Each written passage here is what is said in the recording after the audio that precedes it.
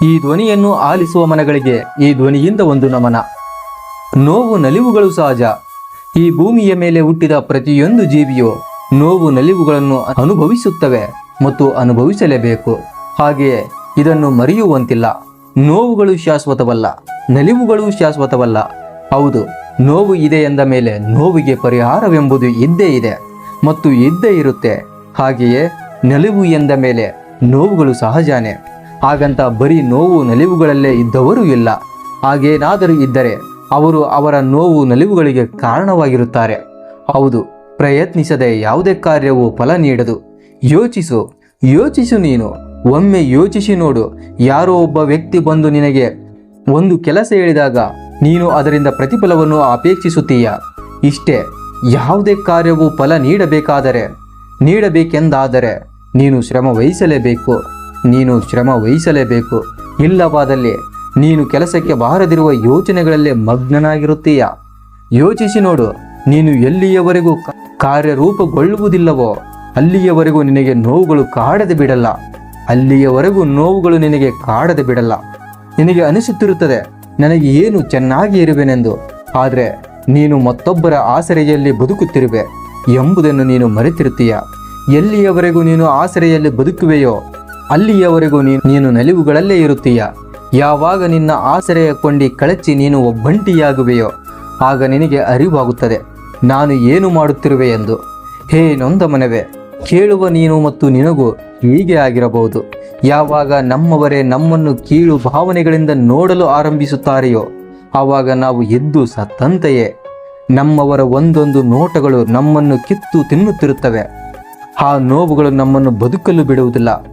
ಮೊದಲೇ ನೋವುಂಡ ಜೀವ, ಆದರೆ ಮತ್ತೆ ನೋವು ಎಂದರೆ ಏಕೆ ತಡೆದಿತು? ಹೌದು, ಯಾರಿಂದಲೋ ಮನಕ್ಕೆ ನೋವಾದಾಗ ಆ ನೋವನ್ನು ಕೆಲವು ಕ್ಷಣಗಳಲ್ಲಿ ಆ ನೋವನ್ನು ಮರೆಯಬಹುದು. ಯೋಚಿಸಿ ನೋಡಿ.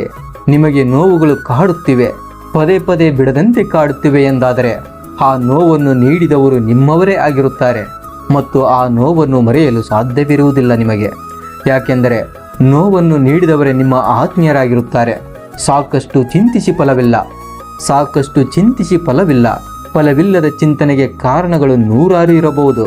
ಆದರೆ ನಿನ್ನ ಚಿಂತನೆಗಳಿಗೆ ಪರಿಹಾರವೇ ನೀನಾಗಿರುತ್ತೀಯ.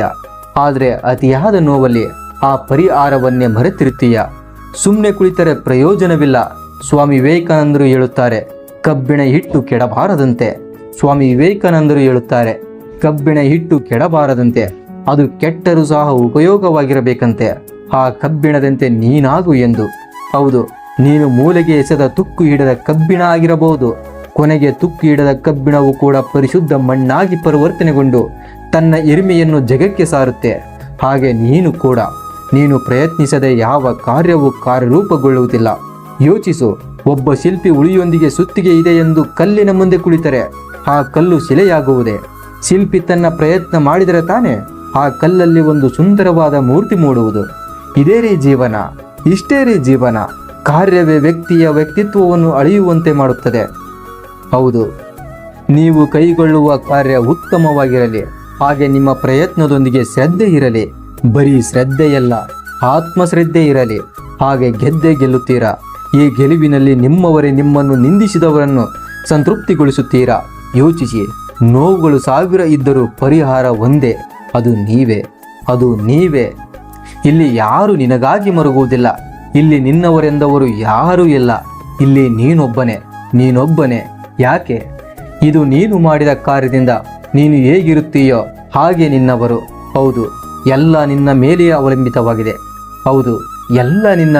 ಅವಲಂಬಿತವಾಗಿದೆ. ನಿರ್ಧಾರ ನಿನ್ನದು. ಭಗವಾನ್ ಶ್ರೀಕೃಷ್ಣ ಹೇಳುತ್ತಾನೆ, ಅತಿಯಾದ ಸೋಮಾರಿತನ ಒಳ್ಳೆಯದಲ್ಲ. ಅದು ನಿನ್ನನ್ನು ಬದುಕಲು ಬಿಡುವುದಿಲ್ಲ. ನಿನ್ನ ಅಂತ್ಯಕ್ಕೆ ಸಮೀಪದ ಆದಿಯಂತೆ. ಈ ವಾಣಿಯಂತೆ ಎಚ್ಚೆತ್ತು ನೀನು ನಡೆ. ಸ್ವಾರ್ಥಿಯಾಗು, ಹಣದಲ್ಲಿ ಅಲ್ಲ, ನಿನ್ನ ಒಳಿತಿನ ಗುಣಗಳಲ್ಲಿ. ವ್ಯಾಮೋಹಿತನಾಗು, ಯಾವುದೋ ಒಂದು ವಸ್ತುವಿನ ಮೇಲಲ್ಲ, ನಿನ್ನ ಒಳಿತಿನ ಕಾರ್ಯದ ಮೇಲೆ. ಹೌದು, ಇದೇ ನಿನ್ನ ಗುರಿ, ಇದೇ ನಿನ್ನ ಕೆಲಸವಾಗಿರಬೇಕು. ಸಾಧಿಸುವ ಮುನ್ನ ತೆಗಳಿಕೆಗಳು ಜಾಸ್ತಿ, ಸಾಧಿಸಿದ ಮೇಲೆ ಹೊಗಳಿಕೆಯೊಂದಿಗೆ ಸನ್ಮಾನ. ಇದಕ್ಕಾಗಿ ಮೌನದೊಂದಿಗೆ ನೀನು ಒಂದು ಕಾರ್ಯದಲ್ಲಿ ಮಗ್ನನಾಗು. ಯಾವಾಗ ನೀನು ಕೈಗೊಂಡ ಕಾರ್ಯದಿಂದ ಸಫಲನಾಗಿ ಹೊರಹೊಮ್ಮುವೆಯೋ ಅಂದೇ ನಿನ್ನ ಮೌನದ ಕಟ್ಟೆ ಒಡೆಯುವುದು. ಆಗ ನಿನಗೆ ಅನಿಸುತ್ತದೆ, ನಾನು ಎಲ್ಲಿಯವರೆಗೂ ನೋವುಗಳಿವೆ ಎಂದು ನರಳುತ್ತಿರುತ್ತೇನೋ ಅಲ್ಲಿಯವರೆಗೂ ನಾನು ನೋವಿನಲ್ಲೇ ಬದುಕುವೆ ಮತ್ತು ಬದುಕುತ್ತಿದ್ದೆ ಎಂದು. ಗೆಳೆಯರೇ, ನೆನಪಿರಲಿ, ಯಾರ ಮೇಲೆಯೂ ಅತಿಯಾದ ನಂಬಿಕೆಯನ್ನಿಡಬೇಡಿ. ಅತಿಯಾದ ನಂಬಿಕೆಯು ಒಳ್ಳೆಯದಲ್ಲ. ಹಾಗೆ ನೆನಪಿರಲಿ, ಸಾಧಿಸಬೇಕೆಂಬ ಮನದಾಸೆಯನ್ನೊಂದಿದವರಿಗೆ ಮೊದಮೊದಲು ನೋವುಗಳೇ ಎದುರಾಗುತ್ತವೆ. ಯಾಕೆಂದರೆ ಆಳಕ್ಕೆ ಅಗೆಯದೆ ವಜ್ರ ಸಿಗುವಂತಿದ್ದರೆ ವಜ್ರಕ್ಕೆ ಬೆಲೆಯೇ ಇರುತ್ತಿರಲಿಲ್ಲ. ಹಾಗೆಯೇ ಪ್ರಯತ್ನ ಪಡದೆಯೇ ನಲಿವು ಮತ್ತು ಗೆಲುವು ಅಸಾಧ್ಯ ಮಿತ್ರರೇ.